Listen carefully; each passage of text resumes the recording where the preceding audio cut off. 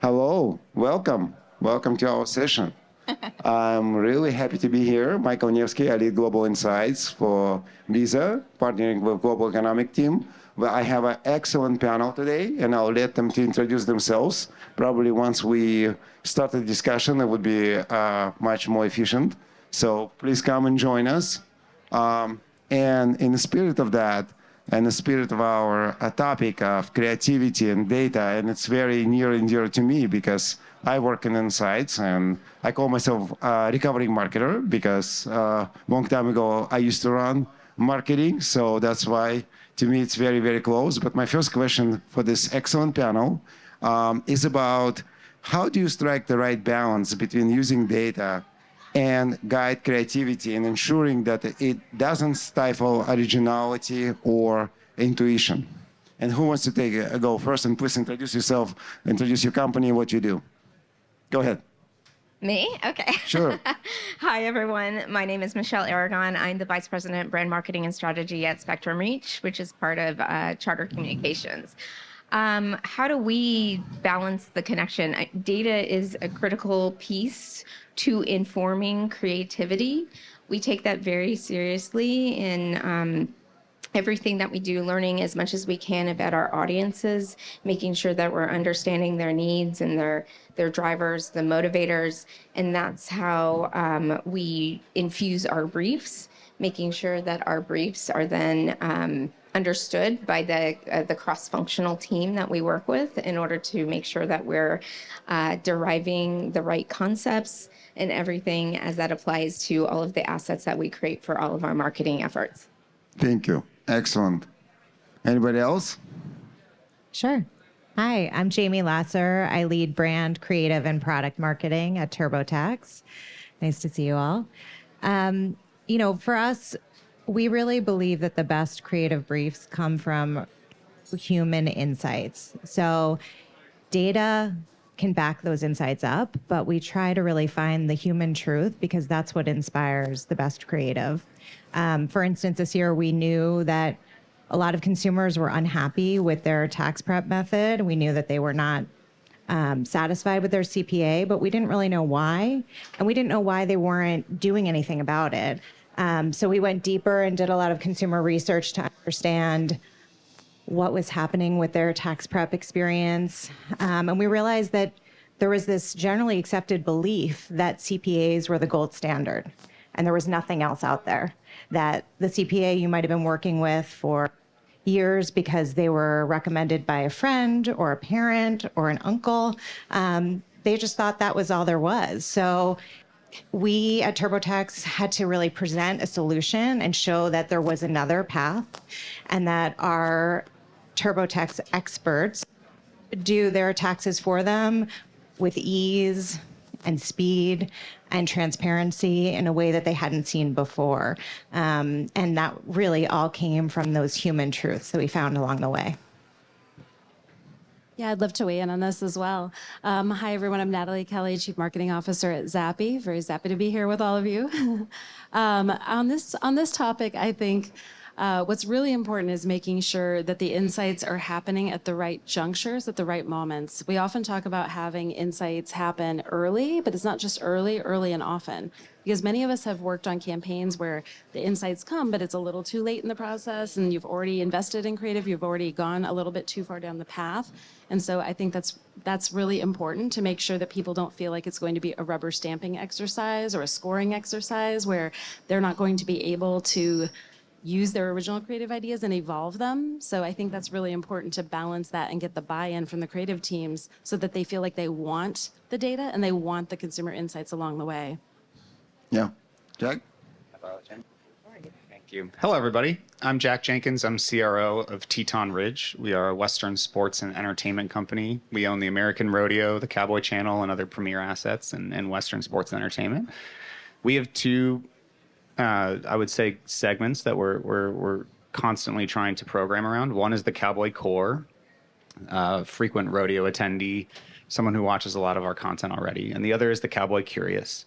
And that is a really balanced B, C, and D county America that is is interested in rodeo right now because of albums like F1 Trillion and Cowboy Carter and shows like Yellowstone. And we're broadening the aperture of our storytelling to make sure that we're inviting them the right way.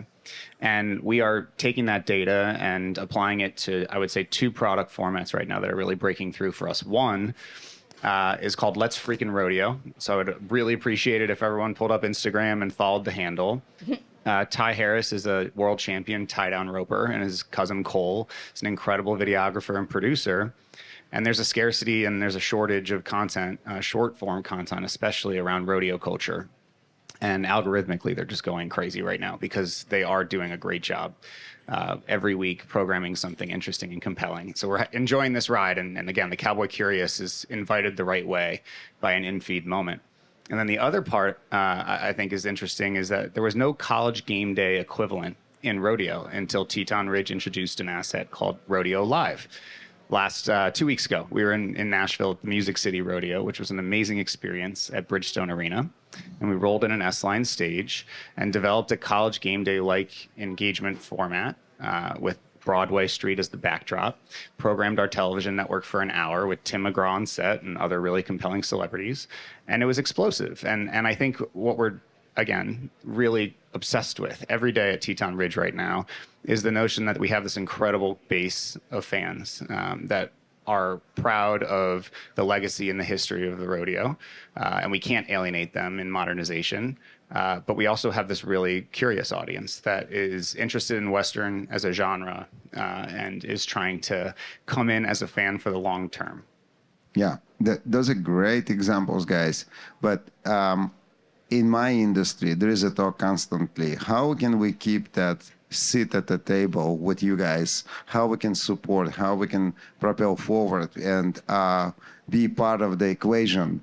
And actually, all of your examples inspire me to think, working as a data person, as an insights person, can we take it down a notch in terms of like actual examples where data insights inspired the creativity and surface those particular moments, I guess, or you work on any particular campaign or media, whatever you think it would be appropriate, where insights function help you to be successful in terms of bringing those memorable moments for your customers?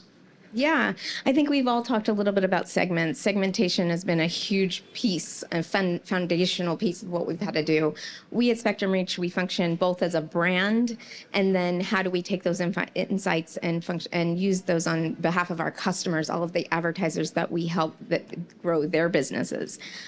So it's a very complex set of segments. We have 9 different segments, from a small business category, large business category, and then we have agency category. And there's 5 within the agency category. So it's like, how do we kind of matrix all of this? And so what we need to do is we've socialized all of those insights, starting with our market research and insights team, working across all disciplines across marketing, but very specifically within the creative team as well. So very specifically for the agency team, or the agency segment rather, we learned very specifically all of the challenges that they're dealing with: fragmentation, proving ROI, lack of reliability of data, all of the things that plague us as marketers. And so we created an actual campaign around that that's called Straight Talk. We just launched that campaign a couple of months ago. It's been doing great. We love it because it's not only are the insights important, but it's the creativity that needs to break through the clutter and the noise. And so it's kind of just like a straight talk to the camera of a buyer from their perspective, and really kind of myth busting to a certain degree, which has been excellent from a paid perspective.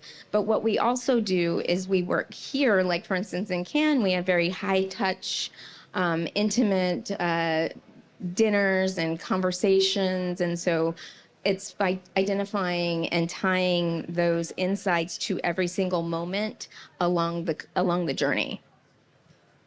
Anybody else? Yeah, I'm happy to talk about it. At TurboTax, we're very lucky to have a really strong relationship with our media partners. I'll give a shout out to one of mine who's here today, Michael.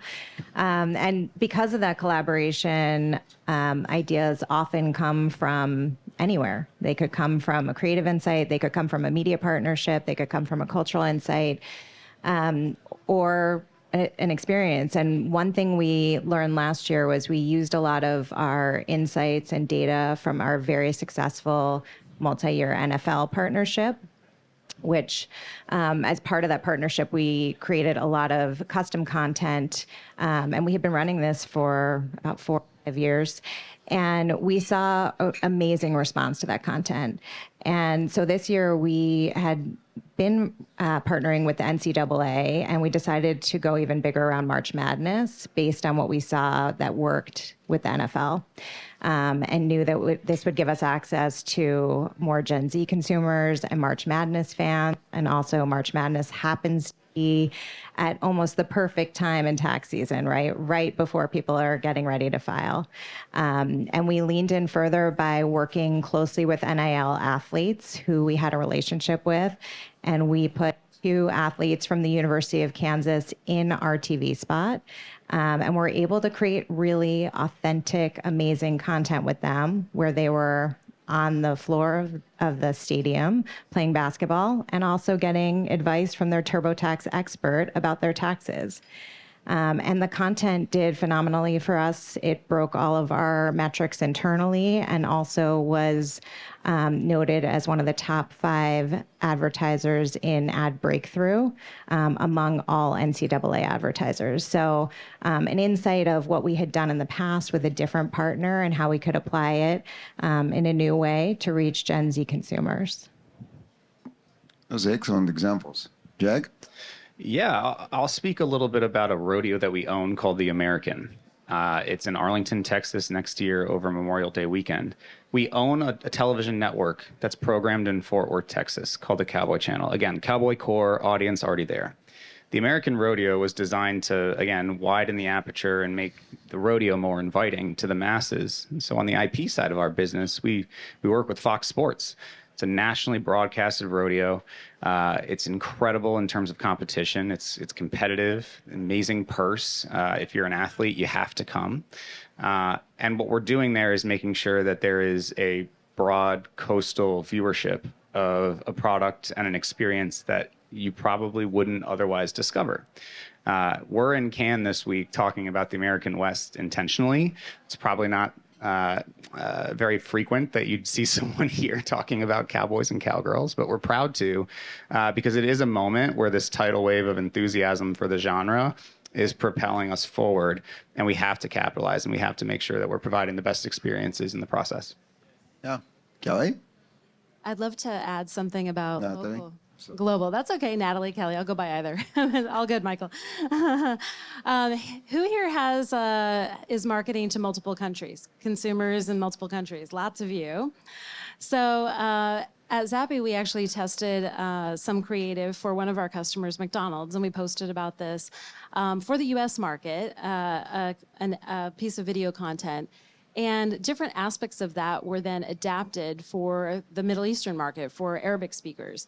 And what I find fascinating about that bridge of using the creative insights and using that intel and the data to then understand what pieces you can leverage for other markets is it's really powerful, because think how much ROI there is when you can leverage that initial investment in creative using the data and understanding where that will land and how that will land in different markets. So I think that's an area of real leverage that more companies can use. If you're out there marketing to multiple countries, I think that's an important way to integrate the two things. Can I just add to that? Not even just globally, but even across the U.S., the nuances in market by market and regions, and that's something that we do as well. We have our main brand positioning, but how do we then take that and kind of turn the dial so that it resonates within the communities that we're present in? Yes, the segmentation point you made earlier. Yeah. And actually the point you made about being, talking about cowboys here in the south of France, but it's highly relevant because that content goes online. And I'm sure you have fans from all over the world who are looking at your Instagram and looking at all your different social media properties. And that's really important because all of these things are connected, but understanding how and where to leverage those insights and incorporate them in specific activations, specific campaigns, specific creative adaptations is super important. Yeah. Yep. Those are all important factors, and all of you brought up very good example of those successful campaigns. And I believe Jamie mentioned the collaboration and between many partners, not only the sponsors or athletes, celebrities. And in my industry, there is a talk right now, and I know many of you marketing leaders, CMOs, going through the same dilemma. But we're not there yet. We're not going to discuss this topic yet about the technology, right? Are we going to be obsolete? Yeah, is the technology going to, I purposely stay away from those cliche names. Is technology going to replace us as insights professionals, right? What's about being on the team? Is it the same team or we just by ourselves to supporting? And if we take one step further based on your examples, and actually I think those are going to be great examples for our audience when the early on collaboration between media, creative, and data inspired or transformed campaign results because you work all together, because I truly believe that human aspect is going to stay there regardless of the technology. And I purposely stay away from the topic of the technology, I even call it technology, but I want to talk about the human collaboration, different functions coming together and transforming the results of your campaigns, because now we know you achieved that. But how did you do that? Can you share that secret sauce with us?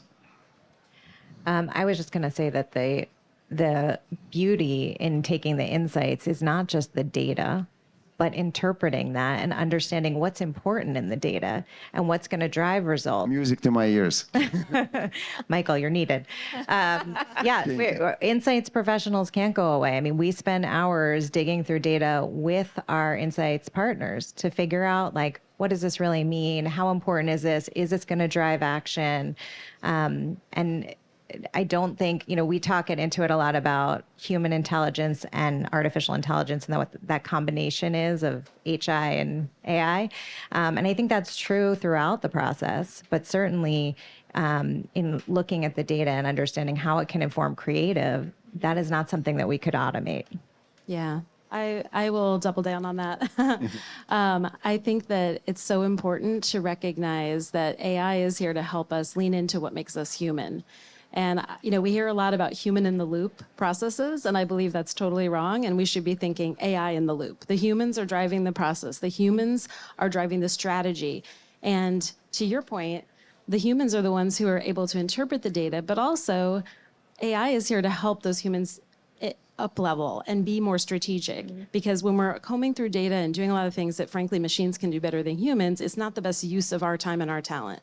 So I really do believe that we should be thinking more human and AI in the loop and human led. I would also just add that I think insights can come from anywhere.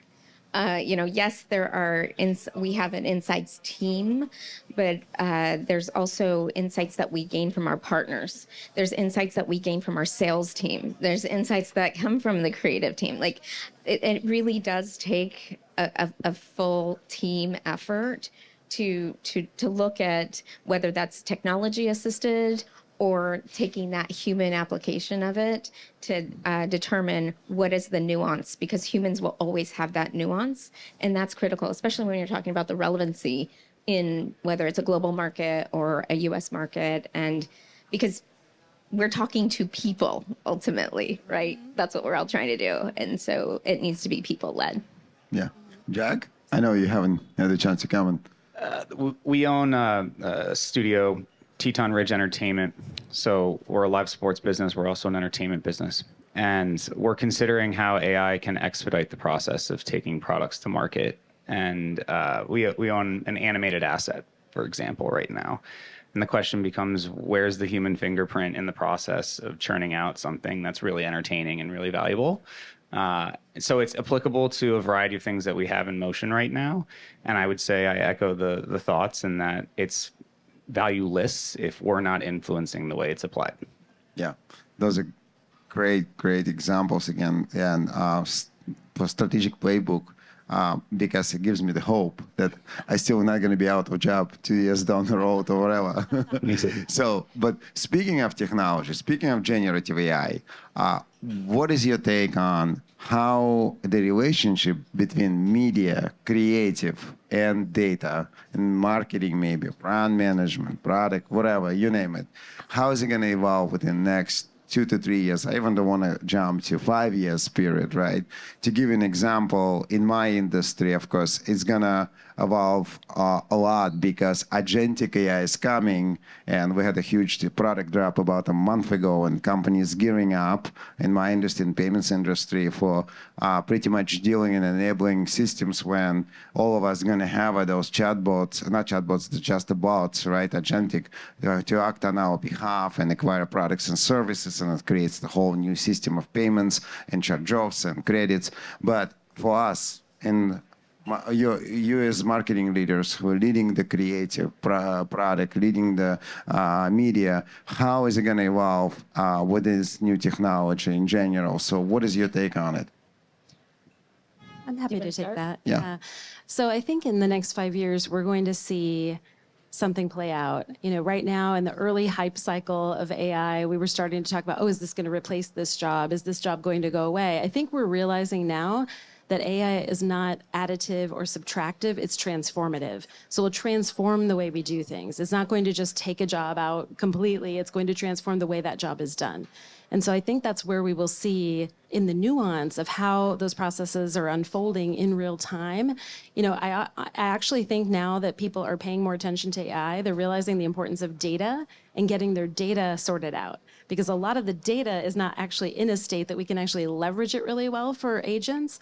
And so to get the full value out of agentic workflows and multi-agent interactions and all the cool stuff that's, you know, happening now, we're going to have to do some of the boring cleanup work of our data and making sure that we're syncing to the right systems, enabling ourselves to leverage partner data and data from other teams, even internally at very large organizations. That's hard. That's really hard work. And so I think that that is going to really unlock a lot more potential, but we're only at the very beginning phases of it now.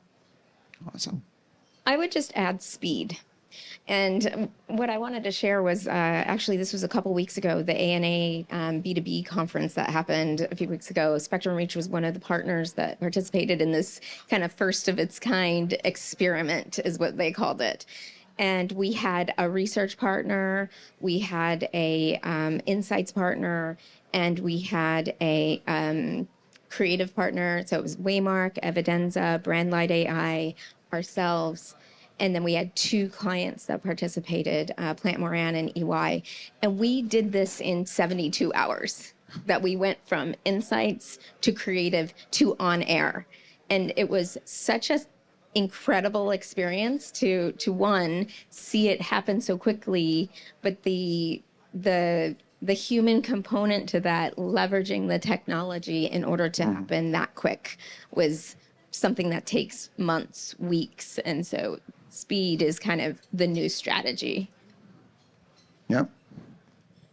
Yeah, I would say speed is key. I still like to print out contracts, grab a highlighter. I'm still a paper person.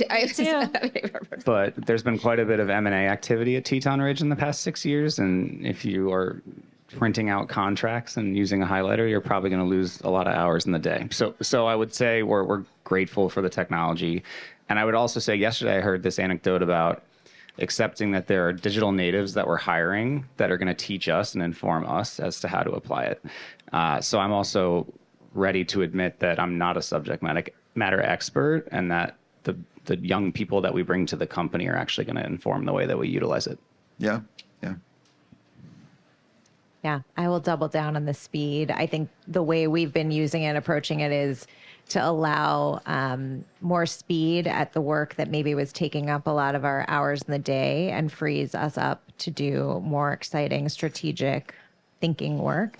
And just to echo what Jack said, we're learning, we're experimenting. It's a journey. If you asked me this question in 6 months, I'm sure we'd have a different answer, different tools that we're using.